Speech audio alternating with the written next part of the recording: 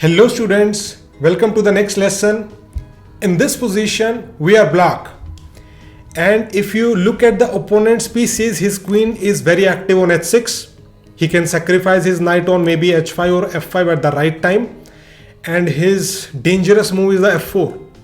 Once the f4 comes, f file will become open and he can put both of his rooks on this f file. So there is a lot of pressure coming on the f file and we need to do something about it. Our king is in danger and we need to defend it. So here black first plays queen f8. If the queens are exchanged, then the attack will not be so powerful. So we want to exchange the queens, and obviously white is not going to exchange the queens. So he goes back, queen e3.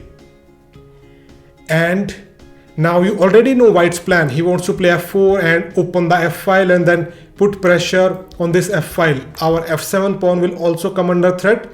So black plays bishop e8. Right now he has not even played f4.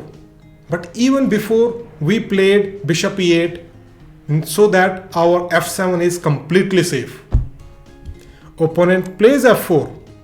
We play e cross f4. Opponent plays queen cross f4. Opponent does have the pressure on this f file. But now we can play knight fd7 and our f7 is already very well guarded. Plus, our knight will go to e5. We have a fantastic square for our knight, and from e5, knight will also defend this f7 pawn.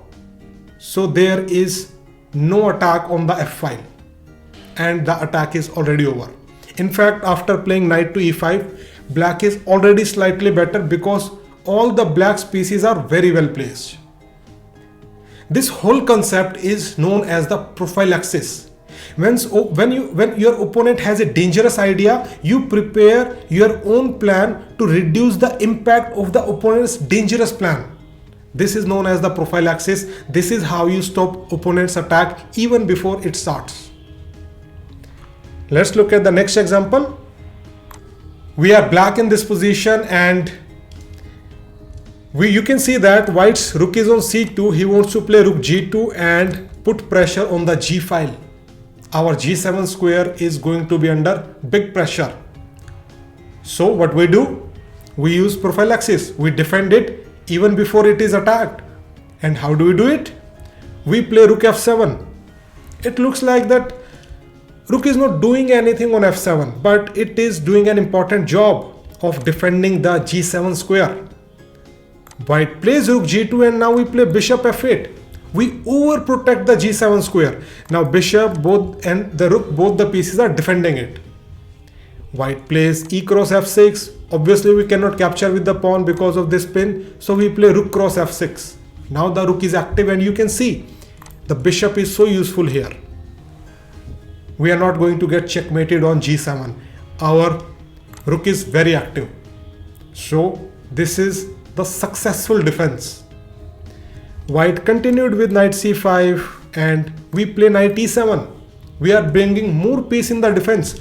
Our knight will go to f5, and once the knight is on f5, we will overprotect the g7 square and white's attack is completely over. He cannot do anything. He played knight e4 and we played rook g6. We are going to exchange the piece. This is also one key principle when it comes to defending the king. You exchange the opponent's attackers. Once the attacker is gone, then opponent cannot attack us. So after, let's say, queen goes to f3, you can just simply exchange the rooks and put the knight on f5.